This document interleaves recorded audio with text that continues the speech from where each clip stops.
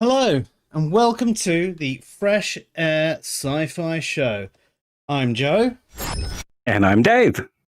and I apologise for the technical difficulties there whilst I was having a mix. It's already gone wrong, Dave. To start off, the music wasn't casting for the first track that I was playing out, so I was basically Oh playing no. dead air.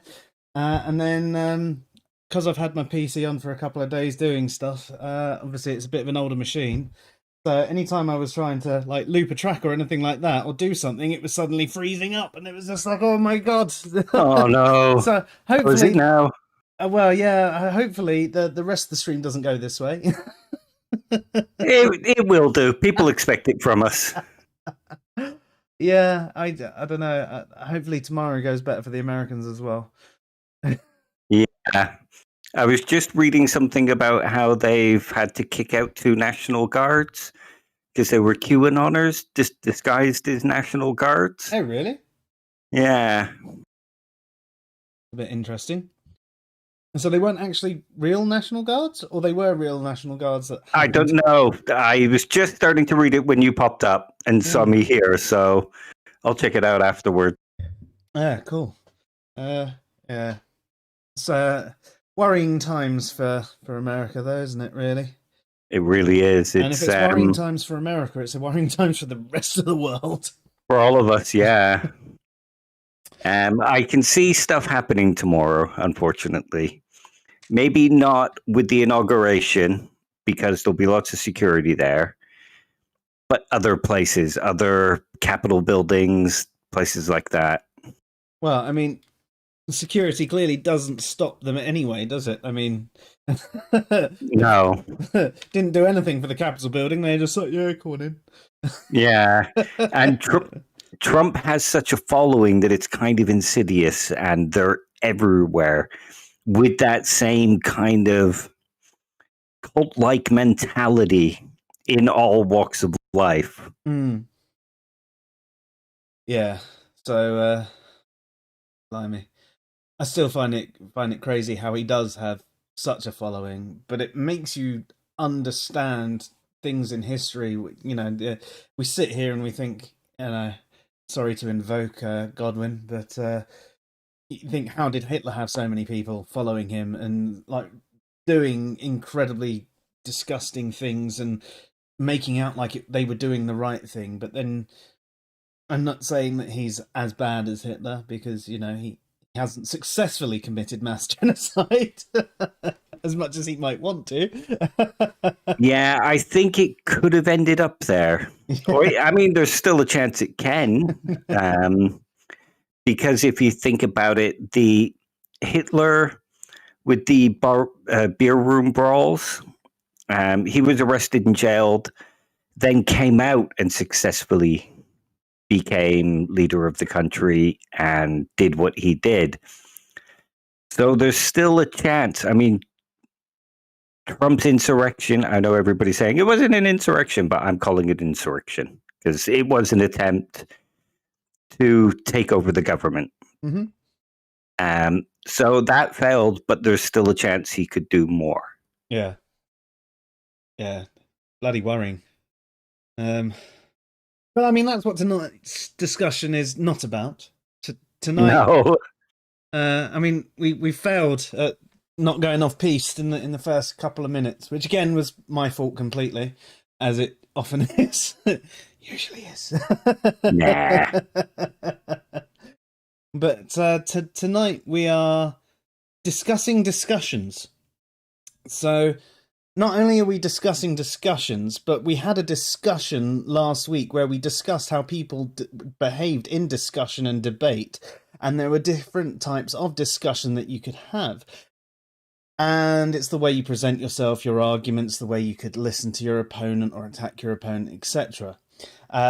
So we're going to be discussing discussions and debate styles tonight, and we're going to be focused on two. Now, I actually did a little bit of look into this ages ago when we were thinking about doing a Fresh Air podcast about argument styles, and we never ended up doing it. And there are actually tons of different ways, although some of them are essentially the same as each other, except one is written versus one is spoken. So for the sake of tonight, I think we're going to focus on the big two being dialectic and eristic, but we will cover other bits as well. So, Dave, do you want to take things away for us? Okay. So when we have a discussion, there's two. I mean, there's more, but with regards to what we're discussing tonight, there's basically two forms of discussion that you can have. There's the discussion where you're attempting to put across your point of view. You're telling the other person this is how they should think. One way of calling it is a monological. So it's a monologue. You're speaking at the person rather than to the person. And we see this a lot in the atheist community, where when they talk to a religious person, they'll even turn around and say, well, this is what religious people believe. You believe this. And the religious person will say no. And the atheist will say something like, well, I was a Christian before, so I know what you believe. Yeah, and similarly, we also, just for balance, because we do try and be balanced, is you have the same coming back from a theist. Well, you're an atheist, so this is what you believe, Yep. and so it happens on both sides. But we are more addressing a lot of the atheist arguments in general, because there are a lot of atheists out there that are overly negative towards everyone that doesn't think the same as them. And what we're trying to do is create a good conversation between all sorts of people, regardless of your ontological position. Sorry to interrupt you there, Dave, though. That's right. I was going to mention about how theists do it as well. They'll say, well, atheists believe evolution. Atheists have no morals. And they'll talk at the atheist rather than talking to the atheist. Now, that can be considered a monological. And that's also for written arguments, where the argument that's being written is designed to teach someone something or argue for a particular point. Now, there's also dialogical, which obviously comes from dialogue, where the dialogical conversation is one where it's an actual dialogue, one where it's a two-way street or multiple-way street, and it fits in with what could be called the discourses. Now, Foucault defines the discourses as all the discussions centering around a particular subject. So all the discussions centering around evolution would be the discourses of evolution. So a dialogical would intend to be involved in a dialogue with those involved in those discourses. That makes sense. So, you'd use those the way that it's done. That could be used regardless of whether it's written or spoken. Basically, yeah. And these sort of match up with other classifications of discussions called eristic and dialectic. Now, the eristic discussion is, or it's an argument, it's one where people are arguing for the sake of arguing. They're not arguing for any other purpose than to say, slay the opponent, or as lots of YouTubers like to put, debunked. Yeah, not a genuine debunker. Yeah, it's that would be considered heuristic because it's arguing for the sake of arguing. Mm-hmm. And a dialectical discussion is one where both people aim to come to some sort of truth. They have an actual discussion with each other. They might be coming from completely opposite ends of the discourse, where, say, an evolution denier and somebody who accepts evolution. But they're both agreeing to have a kind of what Wittgenstein would call a language game, where they're playing a game where they're trying to come to some kind of truth. So maybe even meeting in the middle. Or even if none of them moves position, they've at least had an honest discussion that attempts to come to some kind of truth. At the very least, they now fully understand the other person's position. So if you were talking about maybe a creationist and an evolutionist having that discussion, the creationist might have come in thinking evolution is only a changing kind, but they will have actually listened to the evolutionist and gone, oh, okay, so this is actually what you think, this is the process. I still don't believe it, but I understand I was wrong by saying that it's just a change in kind. That was a misunderstanding on my part. Maybe I'll go and think on this a little bit more. Exactly. And let's put it in the form of a discussion that we generally have with other atheists, in that atheism isn't just a lack of belief in gods. Mm. Atheism is also defined in various different ways. Now, many of the discussions that we have are people just going, nope, you're wrong. You're Yeah. wrong. Atheism is just a lack of belief in kind. You don't know what atheism is. Whereas we also have those who go, okay, well, this is how I'm using the term. It's quite popular online. It's quite popular with atheists. The way you're using it might be a correct term, but this is why I don't use it. And that would be a more dialectical conversation. Yeah, no, that makes a hell of a lot of sense. Another one that we commonly have is conversations on morality, and you get some people who argue for the sake of arguing. They'll just sit there, go, no, it's subjective, no, because it can only be this, so you're wrong, wrong. And we're trying to explain, no, these are the different ways you can look at it, and then you look at this and you look at that. And some people, again, will pick it up and go, oh, okay, no, I do understand how that can work. And even if they don't necessarily agree with it, they at least understand the thinking behind it. And again, you've reached that accord. And the same thing with the atheism discussion, as you mentioned, oh, okay, yeah, I understand there's different ones. I'm using this one because of that, rather than, no, you're wrong, you're wrong, you're wrong. Yeah, exactly. And I know the more eristic conversations or arguments are popular among atheists because there's this need to, like, especially from YouTubers, the debunk YouTubers, and there's a need to just reach an audience, get fans, um, get Patreons, get donations, make money, um, and prove how atheist they are, and prove how dumb theists are.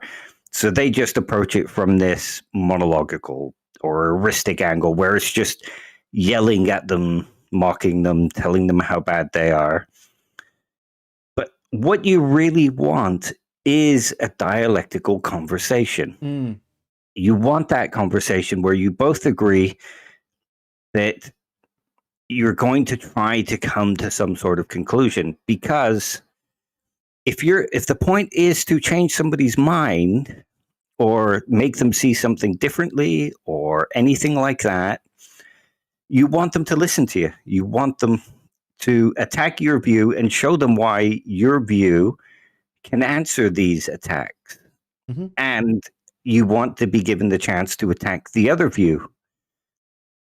So it's unfortunate that most arguments go the monological way or the heuristic way when it comes to atheist and theist discussions. Yeah, I mean, you even see it on some of the more talk show type places where they get people to call in, and they said, "Well, explain your point." No, explain it. No, that doesn't count. Explain it. Explain it. And then they act like they're trying to give them a chance, but they keep cutting them off and not letting them have their full explanation, not accepting it and allowing them to do it. I mean, a number of topics are actually more complex than, well, this is how I demonstrate this. It's, right, well, if we understand this, then we go on to this, and we'd have this long discussion about all these different factors that make up, this is why my view is. I was watching one earlier where Matt was just cutting off this guy called Derek, and I don't think this guy, Derek, was necessarily explaining himself particularly well.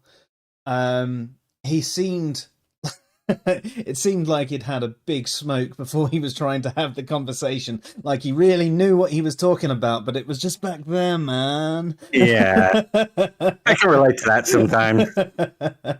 And but he wasn't being given the chance to fully explain, and Matt was jumping on to things that he was saying, well, you've said this, so it means this. It's like, no, I'm saying you could compare it to that, but what I'm trying to explain is the whole part of this. Well, no, you haven't demonstrated it.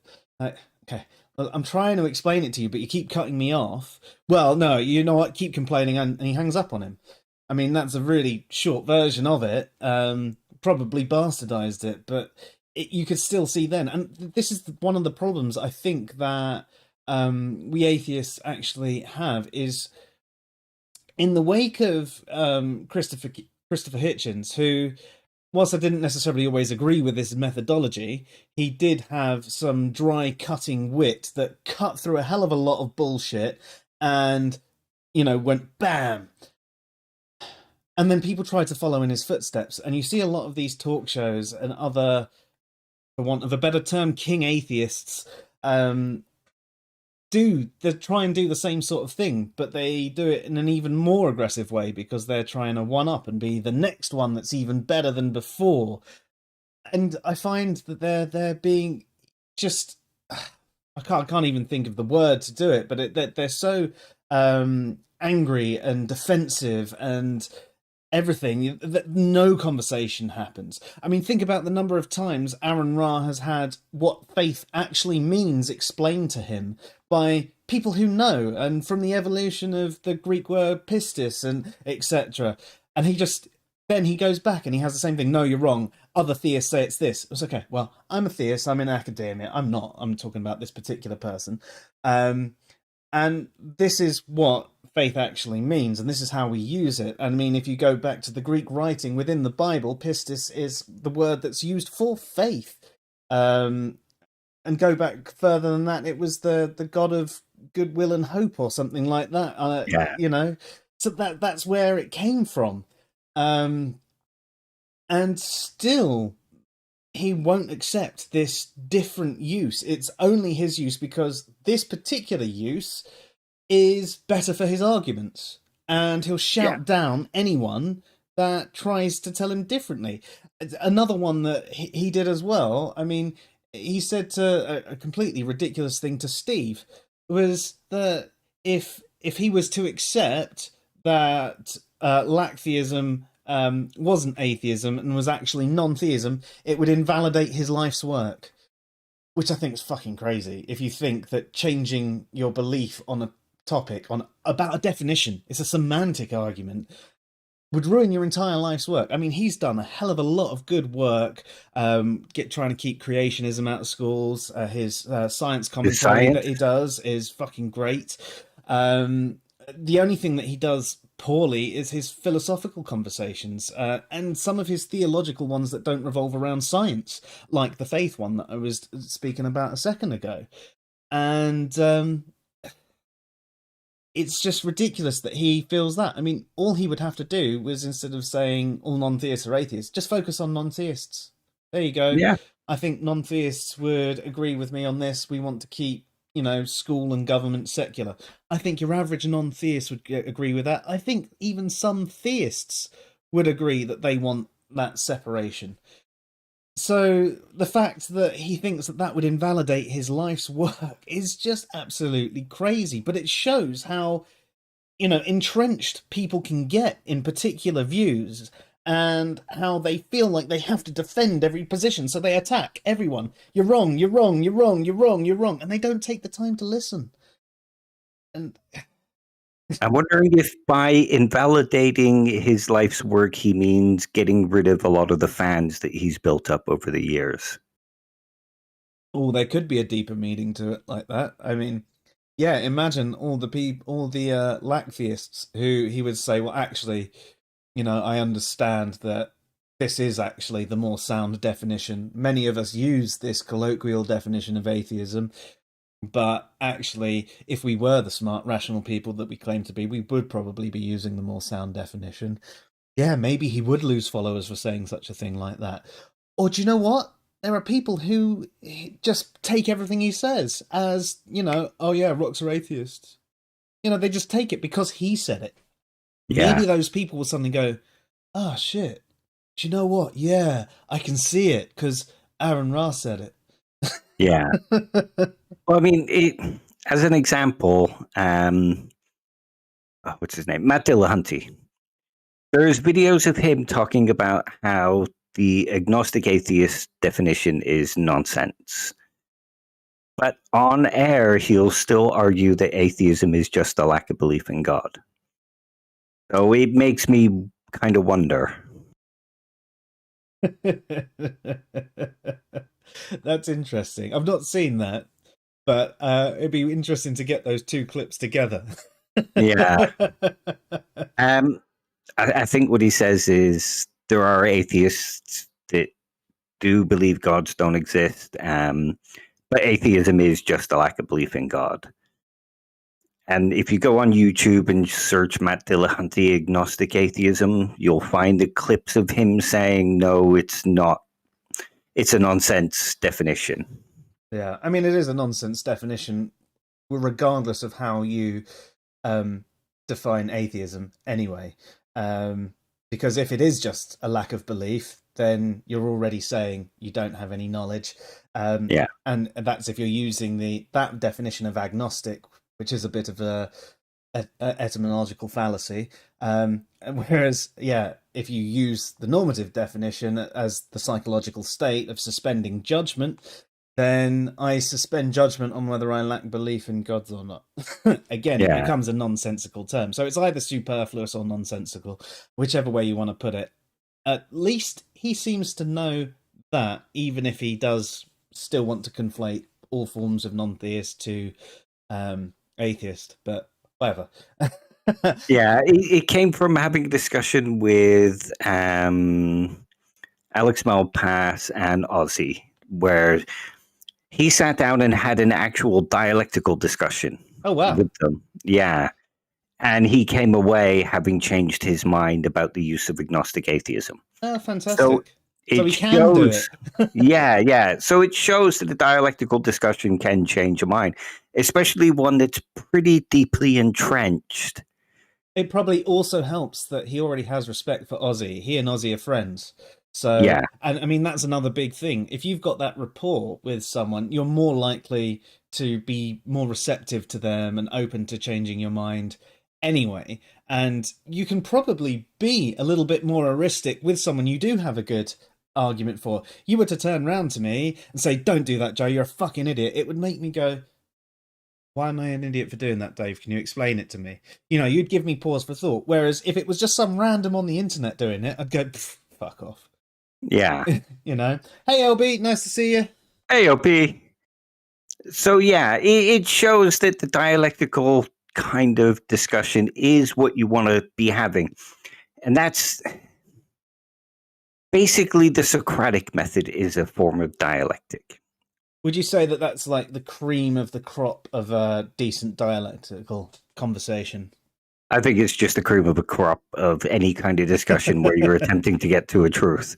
Yeah. I know people like to kind of refer to street epistemology as a form of the Socratic dialogue, but it's not, because it's not a two-way discussion aimed at getting to a truth. It's only half the Socratic dialogue, where it's you're getting them to question how they know something. But in the Socratic dialogue, you would get them to question it and get them to realize, okay, maybe I don't know what I thought I know. Now let's work together to come to better definitions or better understandings. And that bit is missing from the street epistemology. Fair. Yeah, that makes a lot of sense. And I think if you're going to have a decent discussion, that's what you need to do. And you also might have to be willing to realize that you don't quite know what you thought you knew. Mm. So during the Socratic dialogue, you'll both come to this realization, oh shit, neither of us actually know what we're talking about. So shall we go away and learn and come back and finish the discussion later? Mm. Yeah. I to be honest, it's like we were talking about fruitful discussions the other day. Are the ones that, you know, even if neither of you have changed your opinion on anything, you come away and go, I need to look up this thing because I realise I don't know enough about this particular topic. So I'm going to look into this a little bit more. And you come back and you have the conversation the next day. You've already built the rapport from the previous day, and you can come back in and go, hey, I've done a bit of reading on this. Have you read this thing? Did you know much about this? And Yeah. Exactly. I suppose the problems people might have with especially Socratic style questioning, and it's one of the things that I've noticed when I do my best to do that, especially in places like Twitter, is where I'm trying to ask someone a bit about what they know about. You know, that they start off with a grandiose statement. Let's go with, say, morality is wholly subjective. Well, what makes you say that? Because it is. But what makes you think that it is wholly? Because it's an opinion.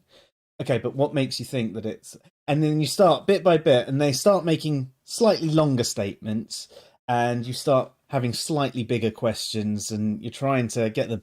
And I do find sometimes people go, I don't want to go down this rabbit hole with you. Just tell me your point. It's like, my point right now is to understand what your understanding of morality is, so that I can have a conversation with you knowing what you know, and maybe pointing you into some things that I've read, and maybe you'll teach me some things that I won't know. Oh, just get to the point. And you're like, that is the point. That's why I'm having the discussion. That's why I like to have discussions online. It tests my knowledge. It tests your knowledge. Hopefully we both learn something, or at least one of us does. At the very least, we learn a little bit of something about each other and what we both know and what we both don't know. And sometimes through asking these questions as well, I find, shit, I don't even know the answer to that one. Where did that question come from? Yeah. I mean, I still suffer that. You know what I mean? People will say, well, what about this? And it's like, okay, I don't actually know that. I'll go look it up. Yeah. Luckily, I've got lots of nice resources at hand where I can, and not everybody has that available. So discussions could take that bit longer. But even I have problems like that. So that says something. Do you know what I mean? Mm. Yeah, I suppose it shows that you're doing it the right way, especially if you can acknowledge the fact that I don't know enough about this. I need to look up this thing as well.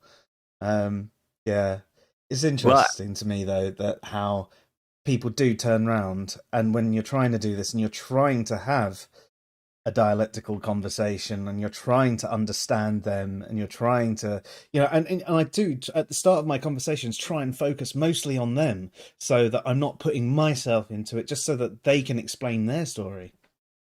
But you still get that response where they're just so aggressive about everything and they're just still looking for that fight. And that is the bit that I struggle with breaking down. It tends to go, it excluding the ones that I do manage to bring round and have a decent discussion with. It tends to go either they completely blow up, like seems like where the hell did that come from, or it goes into a repetitive sort of fight thing in which I switch off, or it goes into I get caught up in it, and I start giving slightly more snarky responses, slightly more sarcastic responses. If I genuinely feel like this person is just arguing for the sake of arguing and they're not listening and they're stomping around like that pigeon playing chess, I try and just switch off. But there are times when I go, it's fine. You don't even realize that's an insult. yeah, it's been a bad day, so you take it out on them. Yeah. Which isn't good. It's not a good behavior. I'm not promoting that kind of behavior. I'm just admitting that I do it. It's a human behavior. I do it on occasion, like with that guy Was it Todd or who is something? something like that. Yeah, you can't have a conversation with that kind of person, but they'll keep talking at you. So you just throw in some comical gifs and whatnot and some snarky remarks. The guy that liked his own posts 20 times. And then 20 when I times. called him out on it, at the time I called him out on it, it was 17. It was like, I like these posts not because they're mine, but because they're related to the Bible. But some of them were just like, okay then. That he was Yeah. just like, and it's like, how's that relate? And God saith, okay then. Liketh all thine posts on the Facebooketh. Yeah. Oh no, Twitter, wasn't it? It was Twitter, yeah. Yeah. LB says, off-topic question. That's okay. We're all about the off-topic. If you had caught the beginning of the show, you'd have realised we were off-topic for the first 5 minutes at least. Yep.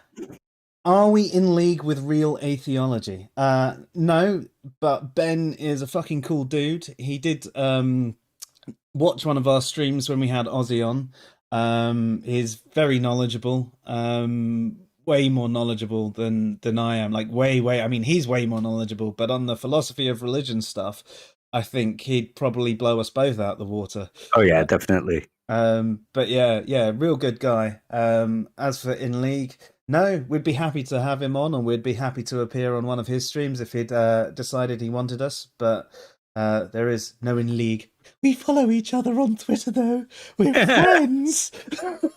And I would highly recommend that any atheist who wants to learn that little bit more follow their page and listen to them and read the articles that they share and listen to some of the podcasts that they share. And Ben does some debates as well, and they're well worth watching. Yeah, he always puts things forward in a really fair way. He's not, again, tries to have that dialectical conversation. He some of the videos that I've been watching him with, where he's been on with a couple of theists, they're just like, blimey, I agree with pretty much all of what you've said.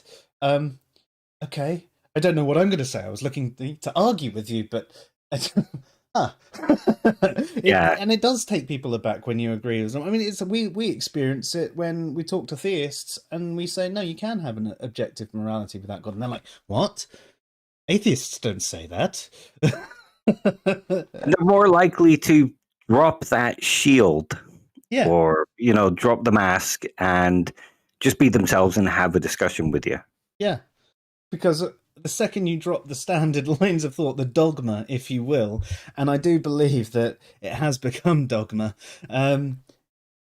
yeah, they're just, it opens up anyone to you. And it's like, oh, you're not the same old shitbags that I tend to talk to online. And I think if we could all become not the same old shitbags, we'd all be having much better conversations. Maybe there's a bit of fear from some atheists that they'll be converted back to religion if they let their guard down. Maybe they're not so strong in their lack of belief that they feel they might get ripped back into things if they actually have a decent conversation instead of being all attacky. It's possible. Or they might be shown to be not as smart as a theist. And if you're building your whole personality on this idea that atheism makes you rational and theism makes you irrational, and the theist can beat you in a conversation, then maybe you're not that rational. I don't know. Yeah, it's why we get flamed, because we point out how irrational many are. Yeah. Yeah, LB says, I was going to say it'd be good if Answers in Reason and Real Atheology should team up and become one big educational format. Be pretty interesting. I mean, I'd love to do a couple of episodes with him. I think he is more focused on the philosophy of religion stuff than us. And whilst it would be interesting to do a few philosophy of religion style podcasts and shows and all of that, and I'd love to have him on here fill that, we try and tackle an incredibly broad spectrum of ideas, concepts, facts, information, etc. That said, I mean, there may be more to. I've only watched probably 4 or 5 of his videos, and I read his links and I read his tweets and all of that sort of stuff. So there might be more to his videos that where he does touch on different topics that are outside of philosophy of religion. I don't know. Do you know any more than that, Dave? No, that sounds about right to me. Yeah. I mean, our goal here is less about arguing against religion and arguing against theism, more about raising the bar of the standard of arguments on all different kinds of topics, remotely related to atheists arguing with theists, but not specifically focusing on arguments against God or for God or that kind of thing. Yeah, I think we've seen a lot. I mean, however you want to phrase it, the atheist online community or whatever, it's very volatile, it's very fight driven, it's very tribal, it's shows strong fundamentalist elements to it that I don't think are wholly positive, and that's not all atheists out there. I mean, every single human will switch into that mode from time to time. It's not demonstrating negative behaviors occasionally. We do it. We lose our shit. It's not talking about that. It's talking about the standard lines of dogma about all the different atheist conversations where people haven't looked into the topics that they are discussing that much, like the morality conversations or physicalism or naturalism or anything around those things. Even the whole atheism being a lack of belief. Even one of our authors, as part-time author, has done 2 or 3 articles for us. Didn't know that there was a different definition. Now, because he's one of our authors, he listened and goes, "Oh, okay, I understand that." But it just shows you how the colloquial definition of atheism is so big on the internet and in places like America that people don't know more about the topic. They don't know about the rich history of atheism. They don't know its history. And they get any bit of information from it from folks like Aaron Ra who are misrepresenting it to further an ideal. So, hey OP, nice to see you as well. Yeah, the idea behind it is to try and get people to think more, not necessarily agree with us, but think more about their position, look into it a bit more, and maybe come back and go, okay, well, I do still think physicalism is true, but this is why, because of this, this, and this, and this, and this, rather than it is because everything's physical, because that's the way it works, because cause and effect. And you're like, that's your entire argument for physicalism. It's a bit weak. So that's what we're trying to do. That's why these videos tend to be relatively short, we say, an hour, hour and a half in general, to just try and get people to think about the topics that we're discussing. And that's it. And I don't mind if you don't agree with us. In fact, if you disagree with us and you've got some strong disagreements, we'd love to have you on and, we'll have the discussion with you. So, and you can say, right, you discussed this in your last one. You said A, B, C. Why do you think A? Why do you think B? Blah, blah, blah, blah, blah. We'll have that conversation. But that's what we're about. We're about having a good conversation. And that's why we're discussing discussions tonight. Yeah, exactly. I mean, it's also why I try to use minimal jargon and use as least sort of, well, so-and-so says this and so-and-so says that and so-and-so says this, because I just want the kind of basic understandings to come across.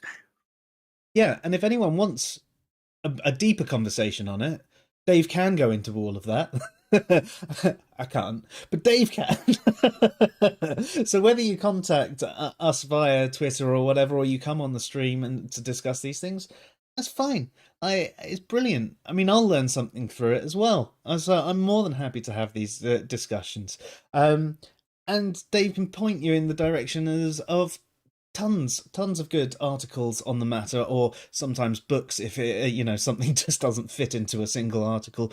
But we give you the condensed version where we try and discuss a number of different viewpoints on it, without, as Dave says, too much of the jargon. Although sometimes you need the jargon and then to explain the jargon, otherwise you end up having to use really, really long phrases every time. Yeah. It's like the words like theist. It's a short way of saying someone that believes God exists. At least one God exists, and that's where some of the jargon comes in, because it makes the discussion simplistic than having to explain it every single time. Yeah, definitely. I've slowly been introducing jargon. People will know what eristic and monological and all that will mean now, and it can be used in the future. So long as, the regular viewers. We got a couple. We got 3. That's damn good, considering how much bollocks we talk. It's just an excuse to have a drink and listen to music, isn't it? Yeah. It's the real reason we do this show. Yeah. One thing I was going to say earlier is you get a lot of atheists who will also say something like, I've had these discussions a million times. I'm tired of having them. So now I just attack the theist. I've heard that a lot. Yeah. So if you're tired of the discussion, why are you still having it? What's the point in it? If the point of the discussion isn't to change the person's mind, or what else happens if maybe you're wrong and the reason you've had them a million times is because you haven't been listening and you've just asserted to yourself that you know the whole truth and therefore nobody can teach you anything. So the conversation has become tiresome because you won't allow anybody to influence your thought. So isn't the conversation still worth having? I mean, isn't that the point of being a reasonable skeptic? To be open-minded to the fact that you might be wrong. And if the conversation turns out to be the same conversation you had a million times, isn't it better to just say, well, look, I'm hearing nothing new. I'm just going to walk away from this one now. Thanks for the conversation. Yeah, definitely. It comes back to the people that attack because they simply believe ridiculous beliefs deserve ridicule, and Yeah. which I think in itself is a ridiculous belief.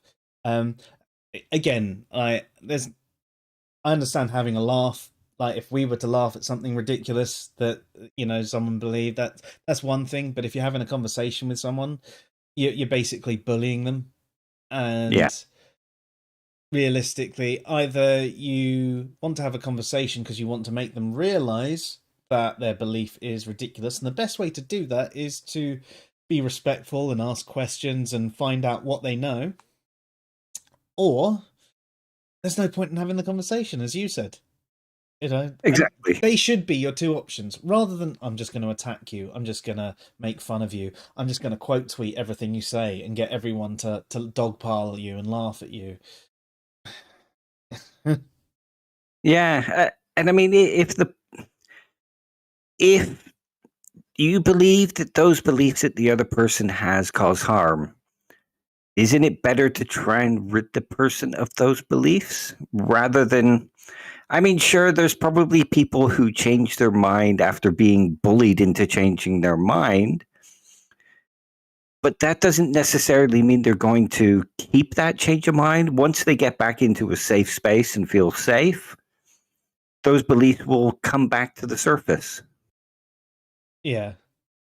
Yeah, I mean, another part of that comes down to rapport as well. Like we were saying earlier, if there'd be more chance of you bullying me into changing a belief and it's sticking than someone I didn't know bullying me into changing my belief.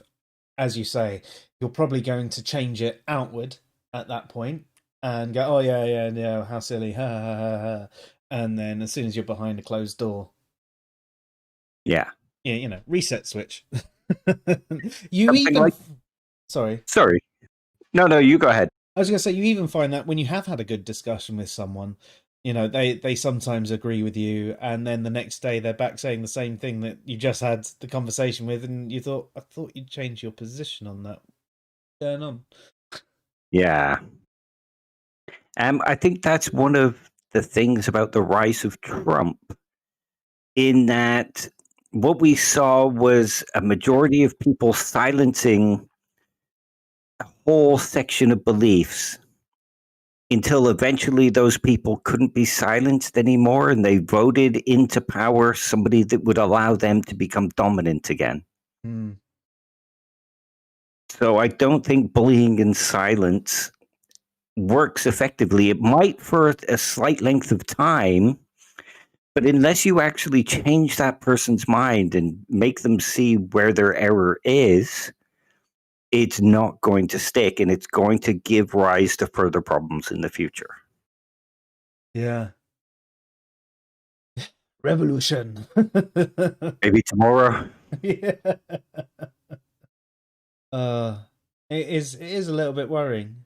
I mean, pandemic aside, I suppose I'm quite lucky to have been living in an age where I've had no real massive worries. BSE maybe. It's mad cow disease. If you weren't around for all that sort of stuff, I remember being worried every time I ate a burger, thinking maybe I should just stop eating burgers. No, I like burgers. Yeah, I'm not mad.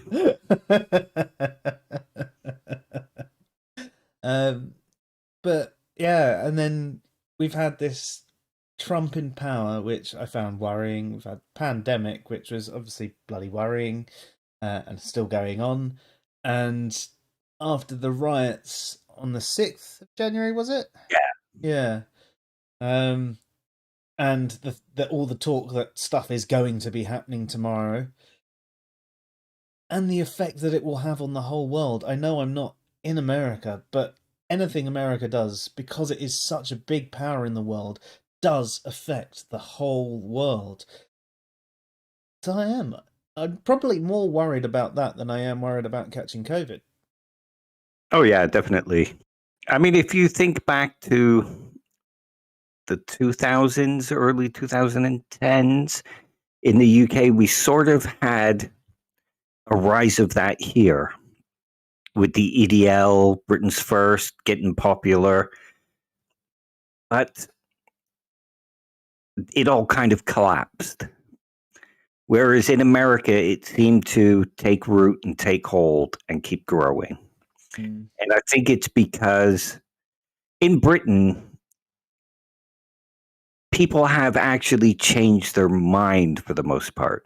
It's the older generation that haven't actually had the conversations and changed their minds.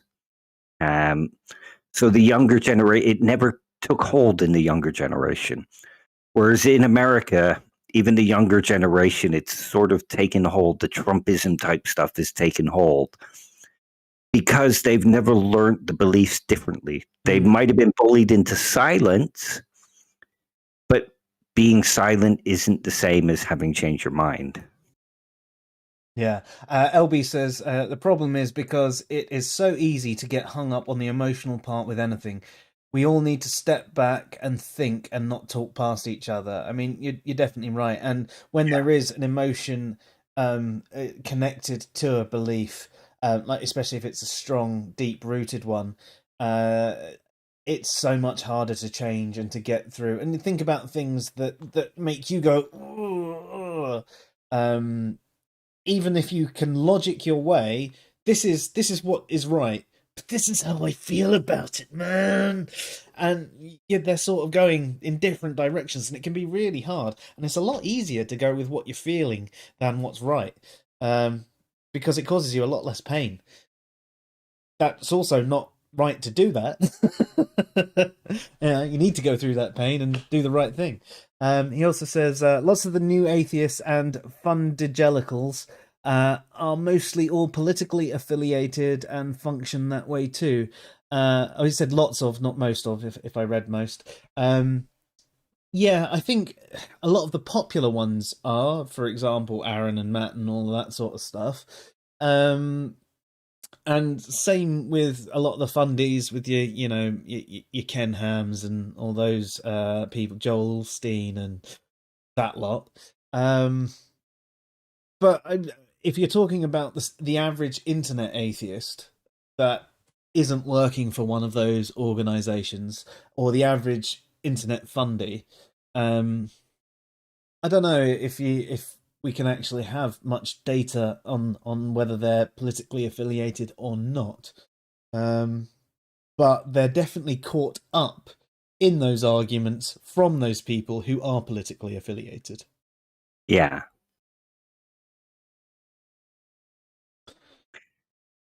And again, I think having kind of dialectical discussions with those kind of people, it might not necessarily work, but it's still worth trying. It's definitely worth trying, and hopefully, if it's an internet-based conversation, there'll be enough people on the sidelines who watch who are perhaps more the fence sitters, because obviously, if like the conversation I had with Aaron on Twitter, um, he there you had the people who were his fans who were just cheering him on about the whole rock theism thing and all that crap. But the people who were on the fence about it hopefully saw what was generally me being as even as possible. I know towards the end it got a little bit heated because he was just asserting the same thing out again and again and again and saying that he was right. And it was like I did start getting short at that part. I mean shorter than I am now. But hopefully the people watching the conversation would have been able to see that actually there's someone trying to have a discussion and there's someone just digging their heels in. Perhaps we should listen to the person that is having a discussion. And maybe we should try and have the discussion, even if we don't agree with him, because he's happy to have a discussion. But then maybe if they saw the end of it and they saw that I got fucked off with him just constantly asserting the same thing, maybe they'd change their opinion. And at that point, it happens. I mean, I don't care if you have a different opinion to me. I care if you just repetitiously assert that you're right without being able to show how you're right. If you're going to say that this is more logical and then not be able to take me through the logic that makes it more logical, then I'm going to say, well, that's not more logical then, is it? You need to show that it's more logical using the rules of logic to show that it's more logical.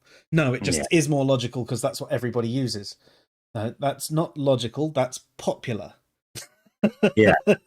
And that's fine. It's popular. That's great. I accept it's a valid use. But what I'm trying to show you is a more logical use. No, it's illogical because other people don't use it.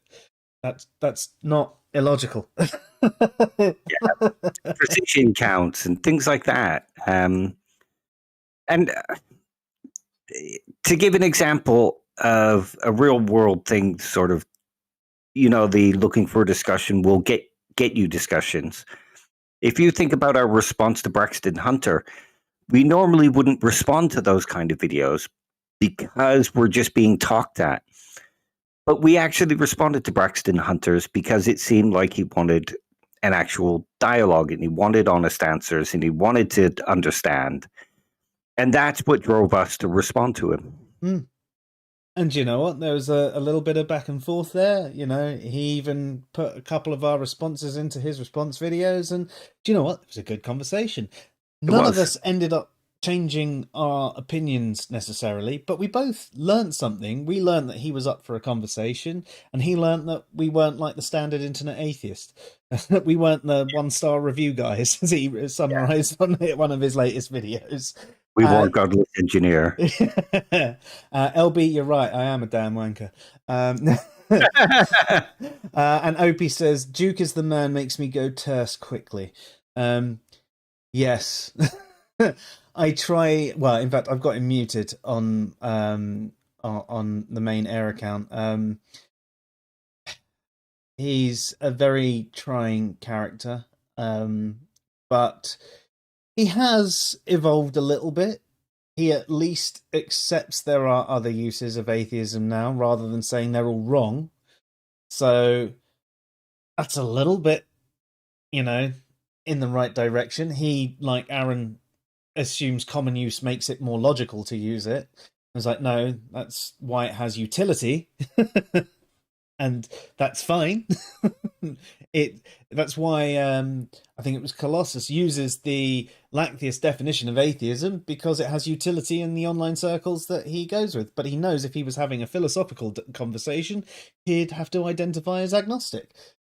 Great, okay, he's used the utility. It makes sense for him to do that. That doesn't make the definition itself more logical. It just shows that it had utility in that situation. Brilliant. I mean, that's a sensible way to do it. I mean, for us, regardless of which definition you use, we are an atheist. But that's neither here nor there. But yes, he does have quite a habit of, as we've been discussing tonight, being quite eristic.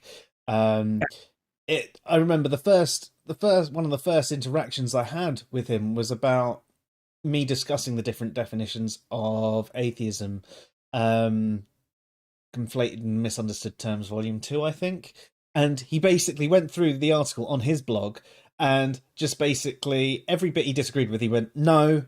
And then the bits that he did agree with, see, yeah, that's the right definition. That's the correct definition. Just for the lack of definition, it's just like, Right, that's not having a discussion. That's not accepting there are different definitions with different uses or anything like that. And from that moment onwards, every conversation I've had with him has been a bit of a fight. And I've tried to talk, but I also get quite heated when I talk to him because it is like discussing anything with a petulant 6-year-old. And I find that sort of thing frustrating. And at times, my temper gets the better of me. Uh, um, yes, he says, no, not us guys. I was saying how internet atheists always accuse me of not knowing anything about atheists or atheism. Yeah, I mean, it's true. We get told we don't know anything about atheism. We're Yeah, I get atheists, that a lot. but we know nothing about atheism.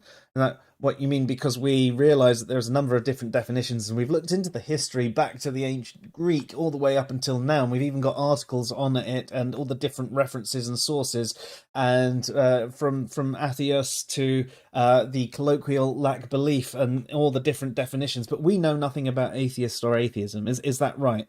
It's only a lack belief. You know nothing. Okay. Yeah. Like I say, if only we could get somebody like Matt Dillahunty to, or the Talk Heathen people. I know Aaron Raw is never going to do it.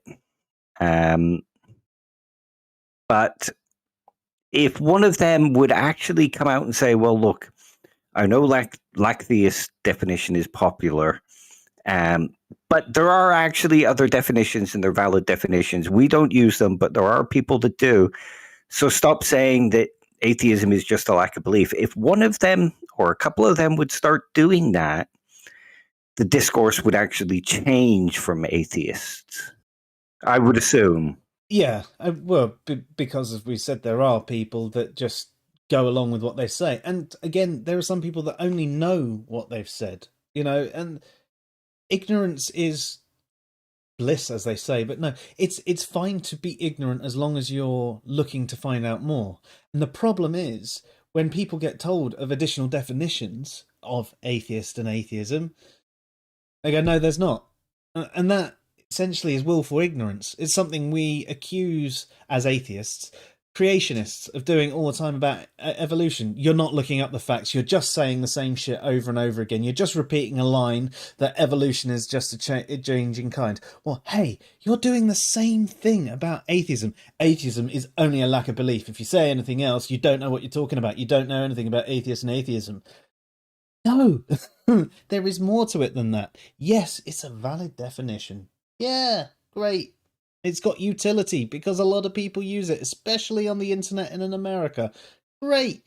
That's fine. We're not telling you not to use that definition. We're just telling you there are other definitions. And actually, other people, anyone who's philosophically minded or,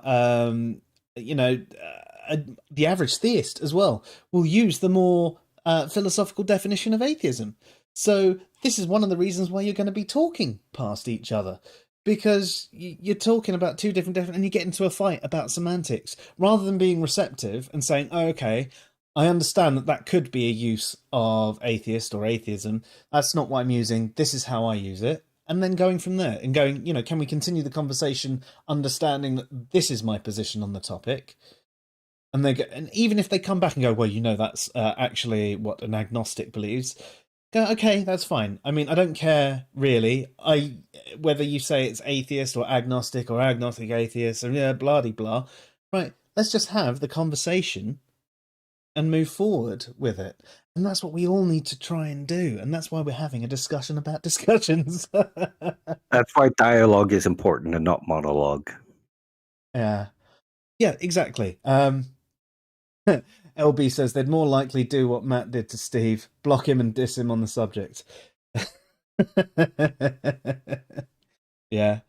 I've had that happen several times. Yeah, well, I mean, I got blocked by Aaron, didn't I? Simply by trying to have a discussion with him. So, yeah, I mean, that is the thing that tends to happen when you're trying to have discussions with people and they're only interested in a singular viewpoint. What can I say? Yeah, there is a lot of shaping the narrative that goes on in the atheist community as well, where a lot of the bigger names and the bigger groups try to funnel the discussion into a certain way. So all people ever hear is a certain viewpoint, and it kind of expands out. Hmm. Um, so they sort of shape that narrative, and that causes the heuristic arguments that go on. Well, all these people in all these big groups say this, and they're the ones that should know. They're atheists, and they have big groups. And again, if those groups would actually start to be a bit more involved in the actual discourse, then the arguments would change and the discussions would happen a little better. Yeah. I mean, do you remember that guy a little while ago who didn't even take time to read any conversation that was going on? He'd just post meme after meme, prove your claim, prove Yeah. your claim, prove your claim. I mean, that is what someone like Aaron has generated, that sort of person, because they go along the standard trope of the burden of proof is only on the person making the claim. Okay, burden of proof is actually more complicated than that. It's part of epistemic justification or epistemic responsibility. So actually, we've done a video on epistemic responsibility, which I think perhaps you should check out. I'll put a link into the video thingy if I remember. It's been a long week and it's only Tuesday. Yeah, it's been a long year and it's only mid-January. I didn't even know when it was. I never do. I wouldn't worry about it. Although, admittedly, I do at the moment because my new degree starts on the 30th of January. So I'm paying it. Bet you can't wait. No, I can't. It's a bit of a change of pace for you as well. Instead of another philosophy degree, going into computing. Yeah. I'll have a Bachelor of Science and a Bachelor of Arts, just complete the pair. Yeah, fantastic. I'm going to have to up my game. Maybe do A levels. I don't have any A levels or O levels. I just went straight for the hard part. I did the GCSE thing, but I think I spent too much of my teenage years drunk and stoned to do anything other than that. Yeah, I got kicked out of school. Yeah, I was asked to leave and then went to college and then got bored and decided to go drink beer instead. Understandable when you're a kid. Yeah. It's funny, isn't it? Like, I honestly, pretty much all of my education, I think that relates to any of my life anyway, I did myself. All the programming and everything like that I've learned and picked up, and all the different business processes and ways of communication and all that, it's all been off of my own back. And it makes me wonder if there's something in the school system that potentially needs to change. You get your primary school stuff, which I think needs to have a little bit of ethics thrown into it, but they teach you all the basics of everything. And then maybe after that, there needs to be a little bit more of encouragement around things that you're more interested in, or maybe more apprenticeship schemes, like try this job for a couple of weeks, try this job, and try them all. And you might, maybe more than a couple of weeks, as always the first couple of weeks of a job tend to be quite good and quite easy because you're just learning and not doing much and mainly making tea, so you'd just be making tea in every job. But learning a bit more and coming onto these sorts of things, so you actually find yourself in something that interests you. I mean, for me, I started doing, I'd been a chef for years at this point, and I was so bored of having to work my weekends and only having like Monday off. And all of my friends were working their 9 to 5, and they were on like 2, 3 times as much money as me, barely doing any work. And I was just like, this can't be right. I'm doing 12-hour shifts, sometimes doubles, and I'm getting paid minimum wage, and I'm running a kitchen, and it's my fault if anything goes wrong. So I just thought, you know what, I am going to try and get into a job, and I started temping in this company, and they employed me for a campaign that then got delayed by 2 weeks. So for the first 2 weeks, we actually had no work to do, but they liked us. It was me and this other guy, John. And whilst I was doing that, I noticed they were doing lots of things manually, and I'd sort of picked up Excel, and I was like, wouldn't it make sense if you did it this way? Oh, that's really good. Can you do that like every day for us? But yeah. And then I started teaching myself more and more and more about the systems and Excel and this and that, whatever. And, I ended up being, a database programmer at much further down the line, and it's amazing. It was just because I started playing with something and found that I enjoyed doing it, and I ended up where I was. And you don't really get that option in school. It's very fixed and rigid and all of that. So I don't know. I mean, we're definitely going off the conversation of conversations. I'm tackling the education system, which is awful in most countries. But we could bring it back in that people have to remember that discussions are also genetic, and that they can go in places you don't expect. Mm. And And people actually, share would that. you say that the way a teacher teaches is often monological? Uh, Yes. and they were the teachers that didn't work for me. Sit down, shut up, copy off the board. That Yeah. would be monological type, Monological. monological style teaching. Whereas the teachers that actually engaged you and had a discussion with you and almost taught you without you realize you were being taught, brilliant.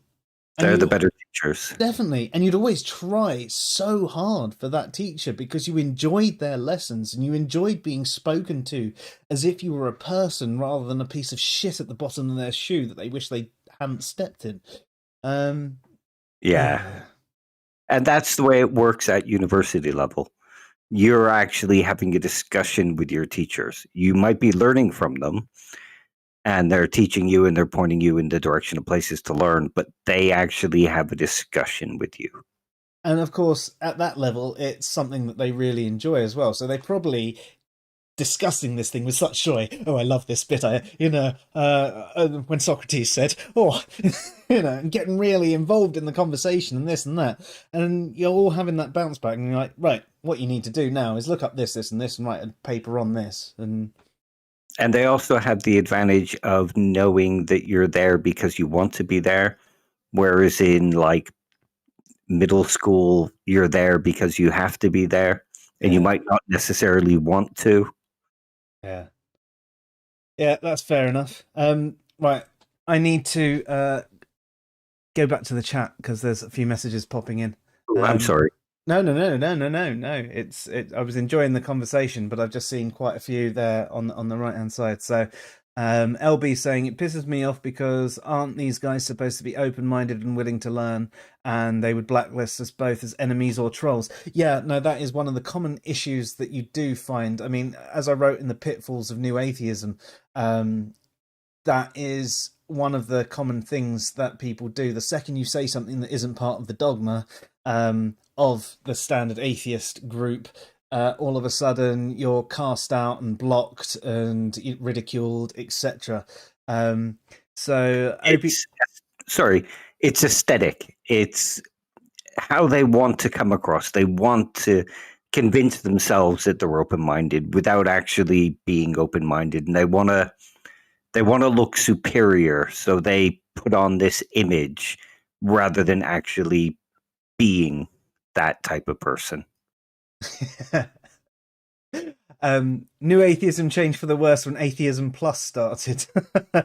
I don't know what Atheism Plus is. That was PZ Myers, I think. It was atheism plus human rights, atheism plus LGBT rights, that kind of thing. Yeah, fair. He also says, remember to like and subscribe. Thank you for doing that first, because we never remember. Yeah. And if you're watching anywhere that's not YouTube, jump on YouTube for us and like and subscribe. And if you're watching anywhere that's not Twitch, jump on Twitch and like and subscribe and all that shit. That'd be really appreciated for us. We're almost at 100 viewers on YouTube. Yeah. How cool's that? It kind of is. Yeah, well, I never thought anybody would listen to us but us. No, it's great, and you know what? It's really encouraging that people are interested into some of the stuff that we like to talk about, and hopefully we can have more and more of these discussions, and you guys can join us on there to discuss the things that you enjoy. So yeah, thank you. Alan says, reducing yourself to participate in ridicule and name calling and attacking the person instead of the idea is a dead giveaway of a weak position or the lack of ability to verbalize their position with any coherency. I feel the same about blocking people simply for disagreeing with you or negating their position. This to me is sad and does nothing to change anything and does not lead to understanding anyone better. A quote from George Bernard Shaw comes to mind. 2% of the people think, 3% of the people think they think, and 95% of the people would rather die than think. Yeah. That's a good quote. And I agree with the general gist of what he's saying there as well. Yeah. I mean, to be honest, I tend not to block either. It's like I was mentioning earlier when I muted Duke. It's because he just likes to jump on every single post and debunk me, and I'm tired of the conversation. And you know what? If he wants to respond and carry on doing that and carry on debunking, that's fine. But he's not going to get a rise out of me anymore.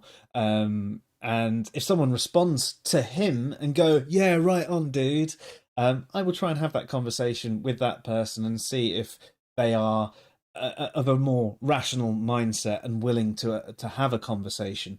And if they're not, unless they decide to jump on every single one of my posts, I won't bother muting them. It's just when it gets to a point where it feels like they're harassing me that I will mute.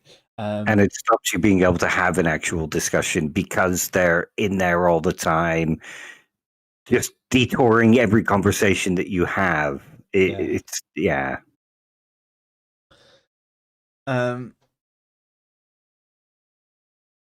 Oh, so Opie says, I was talking about your education. He says, that's my goal too, a BA and a BS. I mean, I've got lots of BS. Well, after the BSc, it's on to the PhD. Yeah. Yeah. I bet you can't wait to get onto that. I can't. How many years is that, though? 2 or 3. In the US, I think it's 5, but in the UK, you can do it in about 3. Yeah, I did notice, even when I was out there, living out there, the education system was a bit slower than ours because they finish school at the same time as us, but they actually start school a year later than us. So they get 1 year less education in their preschool to high school sort of thing. Which is why they tend to have at least 1 more year for your university degree, your first levels of university degree. Moneymaker as well, I guess, as part of that. But yeah, sorry, next comment. LB says, I wonder when will Ozzy start making more videos again? Yeah, it's a shame that Ozzy has basically, he jumps on to conversations and he'll go on to other people's videos, and maybe we need to get him back into ours. So I tell you what, all of you have a think about things you want Ozzy to do, and I'll see if I can get him back on and have a conversation with us.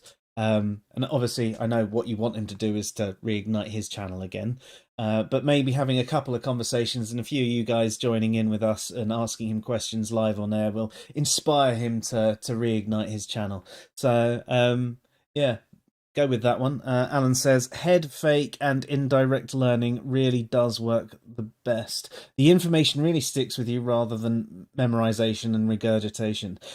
Yeah, you're right. I mean, it's one of those things. One of my brothers was really good at memorizing stuff. He revised and revised and revised and revised, and he studied, and he managed to he would score high in the tests. But when you have conversations with him, he doesn't really understand the stuff. He just knows the answers. He can only give you the details he's memorized. Yeah. Whereas my other brother is sort of learns more in a similar way to me. It's if it interests him, he'll look into it off of his own back, and he doesn't really deal well with the sit down, shut up, copy off the board style teacher. He needs either the engagement or the self-learning aspect. In fact, he's even more of a self-learner than I am. which is why he did absolutely fantastic at university, because there's a lot of that. You get shown how to do something, but he's the one showing all the others how to do it. And it's great. But That's yes. why I did so well with the Open University, because that's mostly what it is. It's here's the basics. Now here's the stuff you need to go off and learn. Yeah, you do it on your own time, and if you want to pass this year, then you have to do this much work in this time. You're like, Yeah, yeah, oh, okay, I really do want to pass this year, so fuck. yeah. um, Opie says the PhD takes as long as your dissertation takes out there. Oh, okay. Fair. I thought it was like 5 years. You had 5 years to complete it, but I don't know that much about the American one, so. No, me neither. LB says, I understand y'all's frustration, all BS aside. I think we are trying to educate people and hash out a productive conversation with agreements and disagreements. Thank you. That's what we're hoping to do. Yeah. And I think that's what we do. And I think that's what we often do online when we engage in each other's conversations on Twitter. We obviously have different ontological positions. We also dig each other's ribs, but that's what friends do. Alan says, yeah, he loves Aussie. Need him to stay in conversation as much as possible. Well, there you go. That's your mission. All of you that love Aussie, think of some topics you'd really, really like him to cover off, and we will try and get him on stream again, because, I mean, we had such a good time with him when he was on here. He's such a nice guy, and he just explains things in such a simplistic fashion. He makes these really complicated things just there you go. Yeah. And it's hard not to agree with him. Yeah, he's eloquent. And that's why I think like Matt changed his position on that, just because he was having a conversation with Ozzy. If there's anyone that can change anyone's mind. Yeah. Although I have seen people say that they don't like Ozzy and that he's overrated and he doesn't really know what he's talking about. And I'm guessing that comes more from Ignorance? He's saying something different. Yeah, he's saying something different to what I think I know, so therefore he must be wrong, rather than an actual statement of Ozzy's abilities. Yeah. Yeah, and again, they're taking up a more eristic stance than a dialectical one. Yeah. Bring things back into what we're discussing. We're good at this. So, I mean, it seems that this sort of thing can be applied anywhere in life. It's not just your discussions that you're having online, but for teachers out there at schools. And I mean, I know it's hard because you've got a syllabus that you have to teach, and the way a lot of schools work is you need them to be able to recycle this information. It's not you need them to understand it, you need to get them to repeat it. And that's a poor way of learning.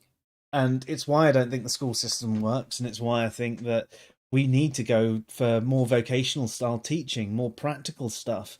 Okay, there are some subjects which are very, if you were to be a mathematician, then obviously that's a bit different. But there are a lot of subjects that benefit more from a practical understanding and application of these things and the general discussion than simply sit down, shut up, copy off the board. That's why philosophy needs to be taught to teenagers, because it engages the critical thinking skills. It's not a subject. Sure, you could memorize things, but in order to actually do philosophy, you have to be able to have these kind of discussions and engage the critical thinking skills, and that would, explode out into other subjects as well. Most definitely. I mean, I think if we had from a philosophical standpoint, we had ethics and I don't know, critical thinking / skepticism, or critical thinking and skepticism, should I say, taught at a younger age, and so this is through primary school. You start off quite basic, how to question things, and what is good, how do we find what is good, how do we know something's good, what's bad, etc. All those little things building up and up and up over time, and then as you say, you go to your secondary school or middle school, whatever it is, however it splits for you in your part of the world, and all of a sudden you get into a bit more of the heavier philosophical stuff. Um, how do we know what we know? Can we ever really know anything? I can't. Too much pot as a kid. As a kid. I would never smoke as an adult. But yeah, I'm complete agreement with you there. It would make people a bit more understanding. And you know what I find funny as well, though? A lot of the people who say things like philosophy is dead are the people who say critical thinking and skepticism need to be taught in schools. You're like, where do you think that comes from? Yeah. I mean, you can teach critical thinking without teaching philosophy, but it's still a philosophical thing. Yeah. Yeah, I mean, philosophy is used in a lot of places that people don't even realize. I mean, even in the scientific method. I mean, science, whilst quite far away now from being philosophy, is a very long extension of philosophy in itself. If you were to remove the philosophy from science, the scientific method would not be as rigorous. You wouldn't be able to do a hell of a lot of it. So philosophy has improved science and continues to improve science. Both improve each other. Yeah, they do. I was going to say, and that comes back round into philosophy because there are some things that you might have some scientific evidence for that you could, to a question that up until that point in time, you could only ponder. Yeah, I mean, if you think of something like the philosophy of mind, that's wholly entrenched with something like neuroscience. It's a symbiotic relationship. Yeah. Yeah, and it's fantastic that these things can work together in that way. So I find it really disheartening when I see these people saying these things like philosophy's dead, we don't need philosophy. It's why I made up that quote. If maths and science come from philosophy, why is there still philosophy? Checkmate, philosophers. Obviously, playing on the whole "why monkeys" argument. Which reminds me, we need to put that one in our new T-shirt store. Just cause. Yeah. I mean, the funny thing is I think if most atheists would actually start looking into philosophy, they would find elements they really enjoy, especially if they claim to be like puzzle solvers and deeper thinkers and things like that. Just because there are those puzzles in there, they might not be solvable, but they definitely get you thinking. Definitely. Hey, who knows? Maybe one of the unsolvable puzzles will be solved by you. Not me. I can barely solve how to zip up my fly after going to the toilet. Not you. That one. Okay, that's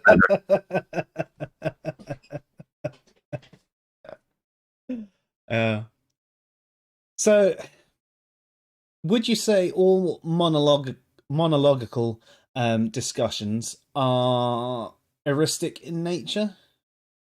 No, not necessarily, because you could just be imparting information. Right. You could just be attempting to teach somebody something, and that's as far as the discussion goes. So it could be like, for example, at work, how do I do this thing? Right, what you do is you go da da da da da da da da da da da, and you explain the whole process end to end, and that's generally would be considered monological. Yeah. Rather than maybe a different type of thing which actually goes back and forth. So would you have a dialogical conversation? Could that still be? Could that ever be eristic itself? It shouldn't be, but I could see that it could be, because it could be two people attempting to have a dialogue, but both are just yelling at each other. Right. Um, So it's a two-way monological discussion, if you see. Yeah. Um, like if you think about your discussion with Aaron Raw, you were attempting to have a dialogue with him, but he was monologuing at you. Mm.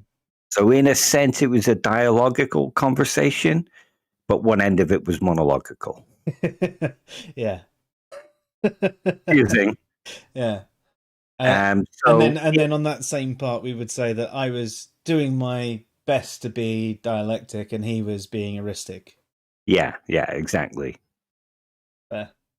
And It towards gets the end, I confusing. probably got eristic myself. With some poking and, it was brought out of you. Yeah. I I think it was felt like he brought out of deserved it. To be honest, in that conversation, I think everybody was driven to it. Yeah. It was ridiculous. Yeah. And it's why it probably comes up in pretty much every conversation ever. Yeah. And that conversation is a good example of why your skepticism should never be aesthetic and should always actually be a part of you. Oh. But it's true. I mean, Aaron Raw calls himself a skeptic, but he's not skeptical about anything he thinks. As far as he's concerned, anything he thinks is correct by fiat of him being Aaron Raw. Mm.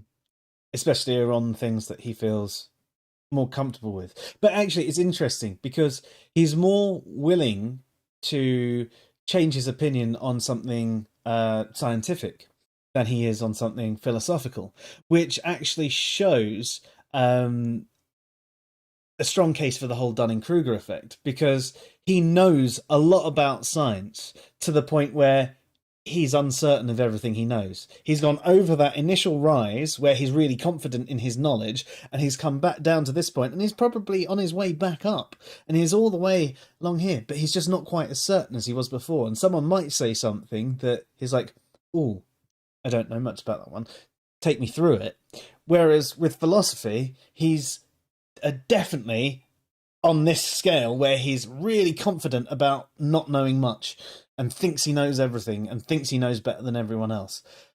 And I don't know what will take him to get over that hill, because he's even admitted that he took a philosophy course and was telling his professor he was wrong. It's like, yeah, I mean, really? If it was a science teacher, would you be saying the same thing? He just doesn't have respect for the field and therefore thinks he knows better than everyone. Yeah. I think you have to reach that point where you realize you don't know as much as you think you do, and that there's a whole lot more that you don't know that you don't even know that you don't know. Just to get a bit complicated. A tongue twister. I think, yeah. Once you get to that point, you realize that you don't even know how much you don't know. And there's all this other stuff to learn. That's when you start to come out of the Dunning-Kruger phase. But you have to actually get to that point. Yeah.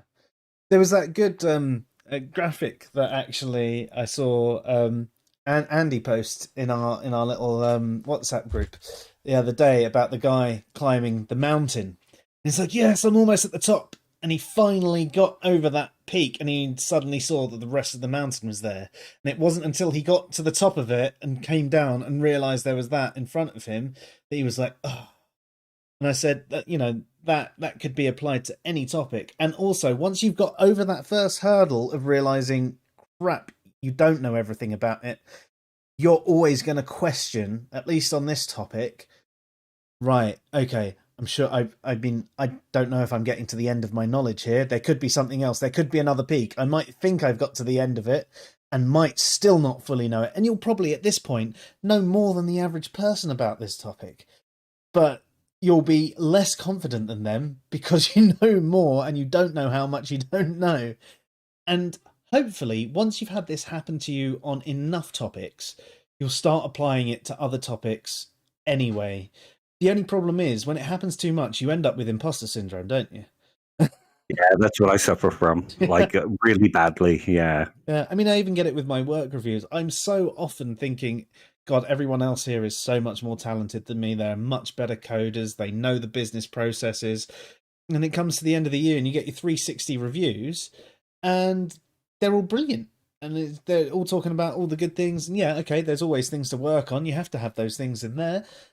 But it's like, oh, okay, I am valued. I don't know why. And it's that whole imposter syndrome, because I've got to the point where I've realized that, fuck, I don't know how much I don't know, and there's some things that I know I don't know anything about them, and all these people seem to know everything about everything, and Yeah. You saw it happen to me after handing in my dissertation. It was like, oh no, shit, I'm pretty sure I'm just barely going to scrape a pass. I don't even know if I'll pass. I had to cram it in, and it wasn't as good as I think it could have been. And I really shouldn't have worried. No, you ended up with a distinction, and you missed one of the sections. Yeah. Yeah, I mean, it was just the synopsis or the abstract, but yeah, it shows how good you really are, doesn't it, Dave? Yeah, it shows how easy it is to fall into that trap, though. Yeah, definitely. So Alan says in the chat room, I think if had philosophy and critical thinking skills courses and civics was still a mandatory course in high school, we would not have the social and political issues we are now having in the US. Yeah, I mean, potentially even earlier, some of it needs to be taught, though. I don't know what civics is that something you've ever experienced? It might have a different name over here, like social studies or something. In Canada, when I lived there as a kid, we had something called social studies. Okay. Yeah, and that was basically learning how society works, learning a bit of ethics, learning a bit about how government works and that kind of thing. So it might be something similar to that. Yeah, fair. And then he says, classic quote, "All I know is I know nothing. I'm almost certain of it." I know one thing. I know I exist because occasionally I have a thought. Not a good thought, but a thought nonetheless. But even if you are just a bit of code in a program, you know that bit of code exists because that's what's generating your mind. So yeah, you have some form of existence, even if it's not the existence that you perceive. Even if I'm just an evil demon's thought, I'm still there somehow. Yeah. You have some form of existence. Brilliant. Yeah, so breaking someone out of this negative thought process. And not just the negative thought process, I mean negative dialogue. So if we're to talk about the people who are natively eristic, the people that instantly defend their position and attack yours just because it's different. They don't take the time to understand what you're saying, don't take the time to read any links you might post on the matter, won't necessarily answer your questions particularly well or think they've answered it, but all they've done is just repeat a line that they've heard elsewhere. Is there a way to turn these folks round? Okay, that's kind of a difficult question. And it's an excellent question, but it's a difficult question. You can. I mean, look at my conversations with Duke. Mm-hmm. He's actually changed his mind now and kind of said, yes, there are other definitions, and I accept it. And that's because whenever he tried to pick a fight, I just wouldn't rise to it. I would just keep going and having the normal conversation. He's generally eristic, but there are those more eristic than him. Think of that guy you were talking about earlier, the memes guy. Yeah. Yeah. That's just somebody looking for a fight, somebody looking to prove they're smart, somebody looking to get a rise. Now, with someone like that, you have two choices. You can either keep going and just keep trying to keep the conversation level and you'll end up frustrated, or you can walk away. If everybody just walks away from somebody like that, they're either going to have to change their attitude or have nobody to actually have a discussion with, apart from other atheists who encourage it. But it's not quite as fun mocking another atheist. It's people have to start boycotting the conversations that are bad, because if we don't, those people will just continue. So in the case of somebody like, say, the Duke, or let's go back to Aaron Raw first. Boycott his conversations. Let him have his echo chamber. But once they try to exit out of that echo chamber, just shut them down. It's like, no, I don't want to have a discussion with you because you can't have a dialogue. I'm not here to be talked at. I'm here to be talked to. And then leave it at that. But those who might be slightly more receptive, even though it might take a little while to get through, all you have to do is keep that level-headed thing. Keep asking them questions. Get them involved in the discussion. And that might help the process somewhat.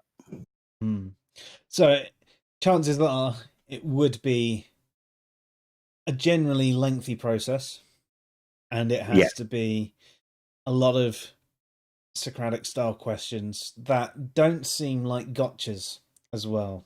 Yeah, stay away from gotcha questions, because once you start asking them, people will feel cornered and they'll come out swinging. Do you know what I mean? They'll dig their heels in. Well, how dare you try to trap me? But if you try to bring out their thoughts and say, well, I'm a bit confused. You said this earlier, so now you're saying this. Can you kind of square the two, rather than go, "Ha, I got you." Yeah, play yourself down, I guess. But almost play a little bit dumb.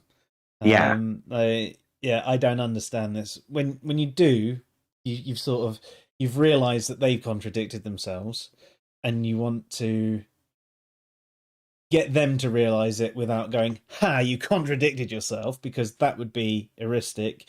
You want to go, "Can you explain how this matches up with this?" Yeah. And they might go, "Oh." Oh, it's funny you mentioned that, playing yourself down, and I don't really know much about this, because that's how Socrates, at least the character through which Plato wrote, that's how he would do it. It'd be, all I know, his famous, all I know is I know nothing. Mm-hmm. Well, that's the conversations that he would have. Well, I don't actually know anything about this, so maybe you can help me to learn. And then the conversation would start, and it'd be like, well, how are you defining this? Well, what do you mean by this? Oh, well, earlier on you said this, so now it's leaving me a bit confused. That kind of conversation. That can kind of mellow it down with those just looking to argue. Yeah, I suppose you're right as well. I mean, if someone is looking for a fight and they're not getting one, they'll either keep trying to engage into you into a fight and get bored and walk away from it, or they will switch and they will have a conversation with you. And I mean, you have made progress with Duke. He, whilst he accepts them, he still goes on about the whole agnostilunes and all of that, and how he can only be called an atheist or an agnostic atheist. But and he will still call other people by the way he identifies. So he's still guilty of that sort of special pleading, but he's not guilty of saying no, there aren't other definitions, or at least those other definitions are all wrong. Yeah. He at least goes, yeah, there's all these different uses, but this is my preference, which you can at least respect that. He's somewhat changed his tune on that one, and maybe with more work and more effort he would change a little bit more. Personally, I find it's far too much effort for me, and I think the relationship I have with Duke is far too damaged already for me to even get through to him. Even if I said every single right thing at the right time, there's too much damage there. There's too much of a lack of respect, too much of a bad rapport, that I'm never going to be able to reach him on anything unless he comes to me and asks me a question, and he goes, I've actually been looking into this more, and I think maybe I was wrong about this thing. Then I could probably have a conversation with him about it because he's come to me, well, in a more dialectical manner. Yeah. He hasn't come looking for a fight. He's come looking for my opinion, or some resources or something else he can read on the matter. And if that was to happen, then yeah, maybe I could. But at this stage, there's no way. I mean, you might still be able to, but it's exhausting with him. I mean, you have to go through days and days and days of asking the same sort of like questions and looping back round and round and round to try and get him to go, right, yeah, you're contradicting yourself here, here, here, here, without going, you're being an idiot and contradicting yourself here and here, which It's hard work. yeah, and I'm quite a direct person as well. I mean, I like having the conversations and learning about people, but I'd much rather have the rapport with someone already where I can turn around and go, you realise, mate, that what you said here contradicts this. Think about that a bit more. And with someone like Dave, I could say that, and you go, oh yeah, but what I meant with this, and you'd have an answer. I know you'd have an answer, Dave. You're that sort of wanker. Yeah. But it, but with the average person, especially someone online, you can't necessarily be as direct. The flip of that, though, is people feel like they can be more direct because of the anonymity around the internet and the fact that there is no comeuppance, and you can say what you like to anyone under the guise of being anyone in anything, and no one's going to do anything about it. So people are more direct and forceful, and also people read things the way they want to perceive it. I mean, we even had Like that. the video. Sorry? Like the video we just posted. Yes, actually, that's a good example. I was actually going to reference the post that we did on the Answers and Reason Facebook when there's the articles recycled.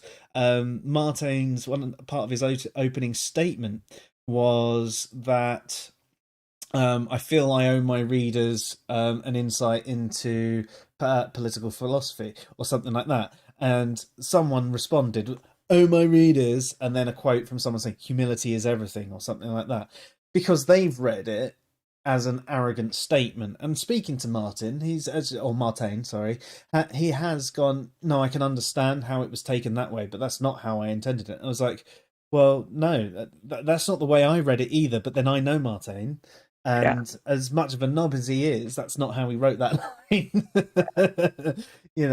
He wrote it going with a genuine sort of thing of I haven't done this thing for you. I feel like I should be doing this thing for you, so I'm going to do this thing for you right now. And I skipped ahead a bit, so maybe I should go back and start from the basics. And I owe that to the people who might be interested in these topics. Yeah.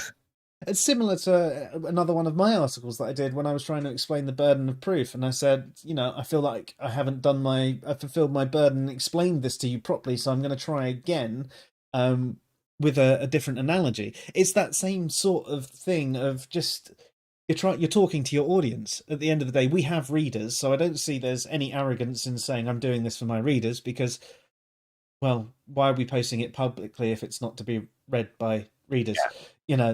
That's a given to start with. But yeah, so someone read into that, and I've questioned it and not had a response. But yeah, like you were saying, that response. So we've started trying to do little clips of our streams because we understand that these long streams, they're long sometimes, and not everybody has the hours to sit down and watch the videos. I myself prefer an article to read because I can blitz through it and then check any references and reread it slower when I've got more time and all that sort of thing. Whereas a video, when you're looking for a particular piece of information, and the videos, some of them are like 4 hours long, not hours yet. They probably will be. But, some people's videos are like these 4 hour long mammoth videos, and you've been given a link because it answers your question. And you go, can you at least tell me which part answers my question? Because I don't have 4 hours spare in my day. I've got kids, I've got a job, I've got all of this stuff going on in my life. I can't sit here. So that's why we've started doing little clips as well, because they are relevant to parts of a conversation. They answer a particular question in them, and they give you links to other videos, whether they're little snippets or the whole video, if you're then interested in the topic. So the one that we got yesterday, or was it today? I think it was yesterday, wasn't it? I only saw it today. Oh, maybe it was today then. It was on the little snippet. Let me find that message from you, Dave, because I'm sure I sent you a link. Oh, yes. No, it was yesterday I sent it to you. I said we had our first angry atheist. Yeah, I wasn't about yesterday, so... Yeah, so you saw it today. So it was a video titled, Why Are You Discussing Atheism/Theism Online? So what that video was a snippet from the, I think it was from the critical... Oh, no, Is Atheism True? So it was from the Is Atheism True video. And it was just questioning why you're actually discussing it online. Are you trying to convince people of your position? Are you trying to learn a bit more? Are you perhaps hoping to be convinced by another position? Or are you just there to actually bully people and ridicule them? But it got onto a bit about taking time to understand the other person's opinion. And the response was, one guy says, listen to other people, and the other is doing the exact opposite and telling he's going to ignore how atheists self-identify. It's like, that's not what Dave did at all. What he was saying was, be aware that theists might not be aware of, especially if they're more of the academic theists, not be aware of the lack of belief definition, or their pastor might have told them, no, an atheist is someone that believes gods do not exist, which is the normative definition of atheism. So on the one hand, yes, the theist should be listening to the atheist, but on the other hand, the atheist should be charitable and go, okay, I understand that that's what you think is, but the definition of atheism I'm using is this. So it was having a discussion about how you might be talking past each other and to just try and find that balance. But he's read it in as an attack on atheists and saying that you should ignore that definition of atheism and only use the normative one. No, but that is someone reading what they want and getting into an argument about it. And then, through the conversation that we were having, I mean, it became more and more of an argument. I wasn't turning it into one. I was making statements, and then he was going, "Oh, what a load of nonsense that is." For example, I was just talking about how the lack of belief definition is quite new, and it is generally generated by political ideology, which is why that one has taken off.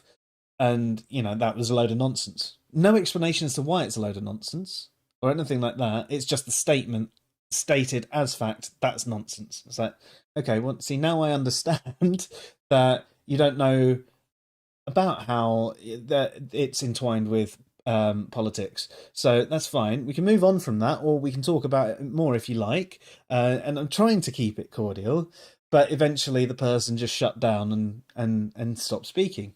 Yeah, I mean, you haven't had a response from him since you posted a question today, have you? And I'm wondering if he went in there looking for a fight based on the title, found that there was nothing he could disagree with, and attack, so he created a straw man and attacked that, just to prove he was right somehow.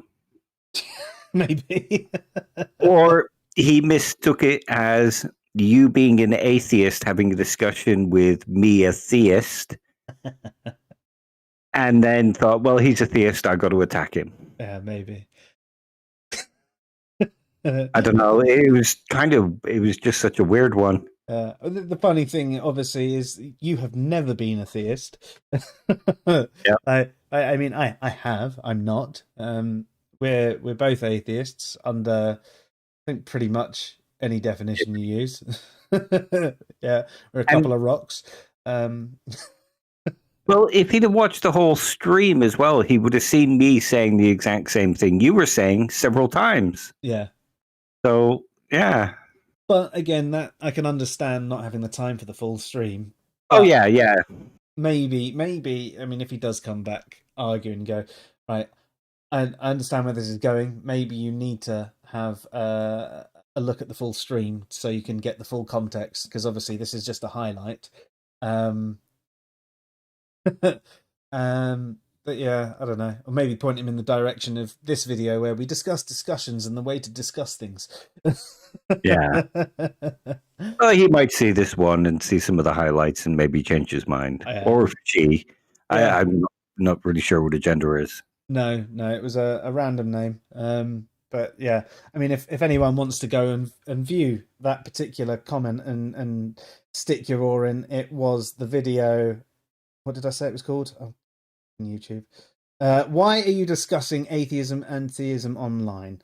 So, I mean, that's part of our highlight reel. So if you actually go to the Answers in Reason page on YouTube, there's a few playlists, and there's Fresh Air SciPhi highlights, and it's that one. So that's where all the short videos are going to be going in. It's probably the second or third one down from the top.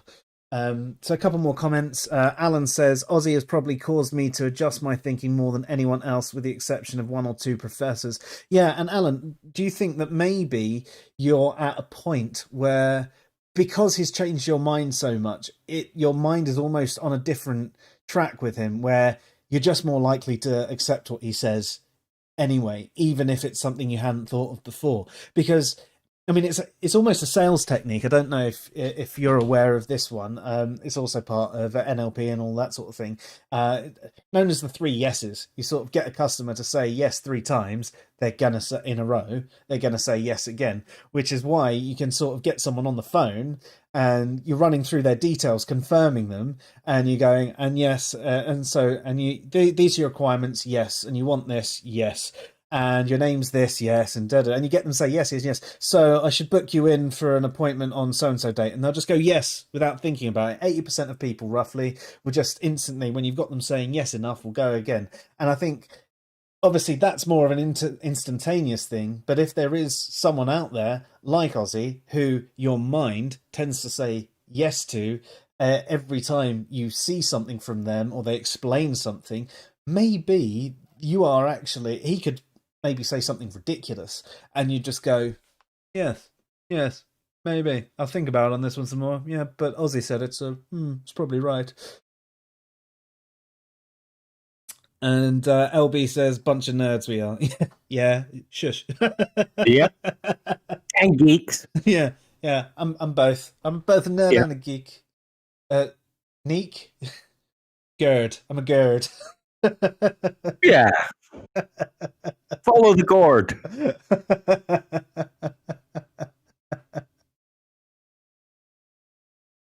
Right. So, I think we've discussed discussions to quite a degree. And hopefully, anyone watching this has an idea of different ways to discuss things and perhaps better ways to reach people. And the effort that has to go into breaking someone out of an eristic mindset. And perhaps if you're not willing to put the energy in and stay calm yourself and not become eristic, then avoid it and just forget the conversation. But if you are willing to stay calm and keep asking questions, and not gotcha questions, general, open and honest questions, perhaps playing on your own ignorance, trying to help them draw the conclusions themselves, rather than, attacking them, saying that they're contradicting themselves, but actually winding it in and go, you've said this and you've said this, how do they work together? Then perhaps you'll make them realize that they contradicted themselves, and they'll admit it and go, oh no, I understand how that doesn't work. Actually, I see why you were confused. They turn around and do that, then you go, oh, okay, yeah, thank you for explaining that to me. You're already having a good rapport with them. You might have known that they were contradicting, but it's a different outcome to the conversation. And also, there's the awareness that maybe you don't know everything about the topic, and being aware of the whole Dunning-Kruger effect. You're probably better off with imposter syndrome than the Dunning-Kruger effect, because it will at least make you question yourself in these conversations as well as them, and help you continue to look and to learn at things. Yeah, there's so much information out there and so much misinformation out there, and so much crap just gets distilled into memes and YouTube videos from people who've never really looked into the topics to any great detail. And that's a really big issue when you're getting all of your information and arguments from memes and your standard 1-star YouTubers that are rated high because they're rated high because they're rated high, just because that's how they are seen in the community, and everybody loves them because everybody loves them, and everybody's probably sat there going, but why do we love them? I mean, everyone else does it, so it must be the right thing, but why are we saying they're good? Why are we saying those arguments? I mean, are they good? Well, everyone, I can't say anything about it because the second I questioned one of their arguments, everybody shouted at me and put me down. So I'll just go along with it. I'll just go along with it. It makes me wonder how many atheists are out there that are questioning some of the worst arguments that atheists put forward, but they can't because they're being put down by the tribe of atheists. Like the rest of us are all going, "Oh no, you're an idiot for thinking that," and therefore their learning is stunted by, no, this is the line. This is what you say about this. This is what you do about this. Yeah, exactly. And if anybody wants to learn more about that kind of thing and how to approach heuristic discussions, how to approach discussions itself, and a little bit more about the Socratic dialogue, something I'd highly recommending is Plato's The Meno. It's quite a short dialogue, and it's a discussion between Socrates and Meno, and it's about virtue for the most part. And in that, he's having a discussion with an eristic personality, and it shows how he breaks it down and brings it round and creates a good dialogue out of it. And if you start from there and then read some other Plato's dialogues, you'll learn a bit more about the Socratic dialogue method and about just, in general, having a good discussion. Something we could all do with. Even if you've read it before, read it again. Yeah, I have. I've read it several times. And unfortunately, I've also read a bunch of books surrounding it. And yeah. That's why you're good at it. Though you don't believe you're good at it. Yeah, I would say good. It's passable. You just don't know how good you are. Oh, thank you. You know. So, question from LB. Notice on the website the whole team of Answers in Reason is a group, but do they too go through the same sort of trouble? By that I mean, do they go through the same stuff with new atheists and internet atheists? Right. So that's interesting. The short answer is no. I think a lot of the time, so when we first started Answers in Reason, it was because we were having the same sorts of conversations with theists, especially young Earth creationists and anti-vaxxers and that sort of thing. And it was just like, I'm bored of having this sort of conversation. It just became a blog to, when we found that we got into one of these conversations, it was like, there's a link. If you've got any questions, let me know. That's how it started, basically. There's obviously a lot more of a rich and a more interesting history to it, but for the sake of the conversation, there's that.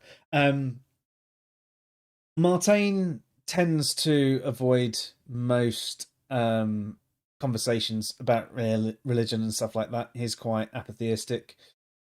He will join in a conversation if we need support, but generally he stays out of it. He's more interested in things like politics and political philosophy. and virtue. I think they're generally the main things he tends to Yeah. discuss. So he just doesn't get involved in those conversations. So he doesn't have those problems. Chris, she uses the more colloquial definition of atheism. So he would use the lack of belief definition because of the utility. That's why he uses it for the. Sorry, She. she. I'm in It's transitioning new. this. It's new. Sorry. um. So she won't get into those sorts of conversations because that's not what they're about. Though, if I'm in that conversation with someone asserting it is only a lack of belief, she will say, no, there are other definitions surrounding it, etc. But generally, it's not a conversation she'll get in. Alan hasn't really been getting involved in online conversation for a very long time. He's more focused on his wife and his music. So, again, no. I think that Dave and I are probably the most present on social media of the lot of us, and we are the most willing to go against the grain and get involved in a conversation, hoping that we have a conversation that does sometimes go wrong. So Mostly goes wrong. yeah. So in answer to your question, no, they don't go through the same stuff with the new atheists and internet atheists because they don't necessarily get involved in it, and they might just go along with it for ease, rather than go against the grain. We're the public face, so we get it the most. Yeah, yeah, and because I'm managing the Twitter account, and yeah, I get it the most on there.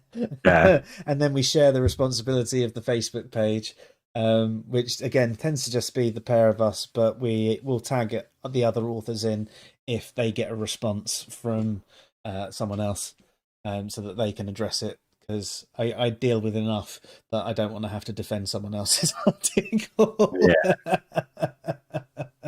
Oh, and of course there's Colin as well.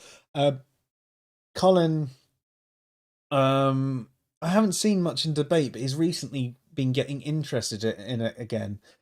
So again, he isn't debating much. And then Ryan, I mean, Ryan was the author that wasn't even aware that there were other definitions of atheism until a few months ago when I was having a discussion about it and linked him to the articles on the site, and he was like blown away.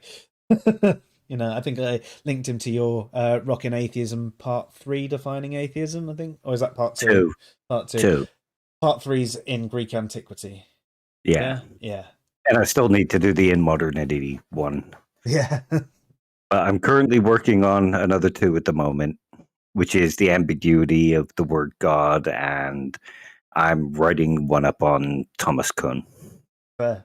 Are you going to be addressing people that in your ambiguity of God, people that say God is not a God? Probably not. It's more just about how people can become confused when the word is used. Yeah. Similar to, the atheism one I wrote. Yeah, fair. Be interesting to read it. I do find that one a little bit interesting as well, though, because they go, God is not a God, and then go, okay, so what is it? And they go on to describe all the characteristics that you would attribute to a God. And go, okay, so if it's not a God, but it's got all the characteristics of a God, what word would you use for it? And they go, it's God, but it's not a God, it's God. Yeah, the argument is it's similar to the Islamic one. God is not a God, it is the God. Yeah. So when you describe God as a God, it implies multiplicity of God. But there is only the God. So therefore you're defining it wrong by saying it's a God because it is the God, the one and only God. That's basically the argument. Except for all the other gods that are in the Bible. Yeah, and all the other name gods, and it's one of them. It's one of among many that we have discussions about and discourses about, and that people believe in. So it's still a god, but as far as they're concerned, all those other gods aren't real. They're demons in disguise, or they're just false beliefs. So therefore, God is not a god; it is the god. Which is fair enough, but it's also a god. Even if there's only one thing, you know, if you were to have one child, it's a child. It is also the child, A child, yeah. but it is also a child. So I don't. It becomes one of those arguments where I'm just like, why are you making this argument? You're basically just making yourself sound silly. Don't say it's not a god. Just go, God is the God. It is the only God. So whilst it is a God, it is the only God. Say that. That's fine. We'll focus on that and forget about all the other gods for the sake of the conversation. But don't describe a God as not a God that's a God, because it's a God, but not a. I mean, they get confusing, those conversations, don't they? Yeah, it's creating a muddle where there needn't be a muddle. Yeah. Right, was there anything else that we think we need to cover off tonight? If there's any more questions, let us know, because we're going to be signing off soon. What about you, Dave? Do you have anything else you need to add tonight? Nope, that's good. Apart from the go read the Mino if you want to learn about better discussions. Yeah. And if you want to practice having better discussions, find him on Twitter. Yeah, come see me. You know what I mean? Yeah. Sometimes it might take me a while to respond because of other things that I'm doing, but yeah, I'm always happy to help. Yeah, I can barely stay awake for longer than about 4 hours these days. But yeah, honestly, I mean, if you want to chat to any of us anytime, we're always up for a discussion. Join our Facebook group as well. Look for Answers in Reason. You'll find a page and a group on Facebook. Follow us, Answers in Reason, and I'll give you a link to Trolley Dave 1971 on Twitter. Find us our website answersinreason.com, or on Twitch at Davidian Twitchy Bowls. But yeah, thank you everyone who's joined in tonight, and all the comments in the chat room. Always good to have you there. It makes it worthwhile. Love all the engagement. It's I think it's probably my favorite thing about doing these shows, actually, having all the people who engage with us and ask us stuff. I don't care if it's off topic. I enjoy the off topic conversations, and actually I find it helps everything flow that little bit better, just having something there and having someone call me a wanker. It's brilliant. Do it every stream. Go a bit stronger next time, though. Do it. We don't have any restrictions. We're not going to censor you. Right. Well, that's been absolutely fantastic. As I said, thank you everyone who's watched live, and thank you everyone that will be watching the rerun or any of the clips. It's most appreciated, and I can't wait for our next stream, which is Thursday, where we're going to be trying something a little bit different again. We're going to be going through one of my articles and discussing that. So it's tribalism and the psychology of rejection. And I think that maybe we should try almost do an article reading whilst you jump in with questions, and just see how it goes. If it's not a medium that is palatable to everyone, we should do it a different way. That's fine. I mean, I know we've been doing these streams for a few months now, but we are still just finding our feet and evolving the way we do things. But hopefully you can join us for that one. That's Thursday at 8 p.m. GMT, 3 p.m. East, on the 21st of January. The day after the American Civil War. Yeah. So if no Americans join us, we know that that's because their entire country is in lockdown with no internet or power. And we are going to be waiting for the nukes. Yep. Anyway, I hope tomorrow goes well for you all, and it's not as bad as we're expecting it to be, though something tells me it's going to be worse. Yeah. Unfortunately. Anyway, thank you everyone. You've been watching the Fresh Air Sci-Fi Show. I'm Joe. I'm Dave. Good night all. Good night all. Thank you. Our schedule is usually Tuesday, 8 p.m. GMT, 3 p.m. Eastern, and Thursday, 8 p.m. GMT, 3 p.m. Eastern.